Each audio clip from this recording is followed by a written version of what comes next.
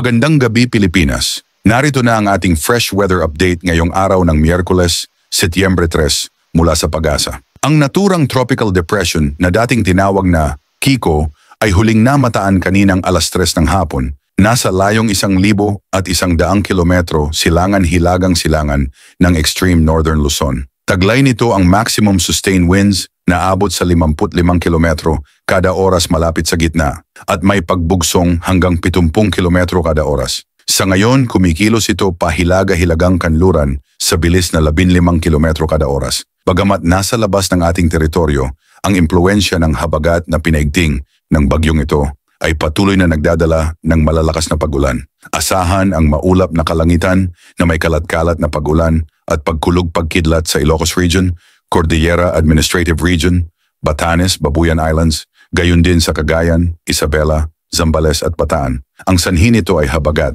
at posibleng magdulot ng pagbaha at pagguho ng lupa dahil sa katamtaman hanggang malalakas na buhos ng ulan. Sa Metro Manila, natitirang bahagi ng Luzon at Western Visayas, bahagyang maulap hanggang maulap ang panahon na may mga pulupulong pag-ulan o pagkidlat-pagkulog, dulot pa rin ng habagat. Samantala, sa nalalabing bahagi ng bansa, parehong kondisyon ang inaasahan pero dulot ng localized thunderstorms.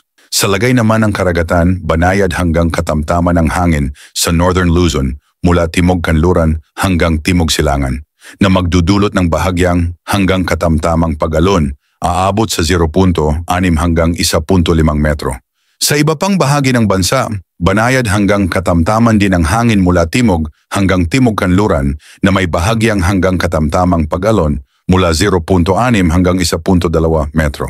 Palambing ng like at subscribe bilang suporta sa ating channel, PWD, ang ulat panahon na hindi kaiiwan, rain or shine. Ingat Pilipinas!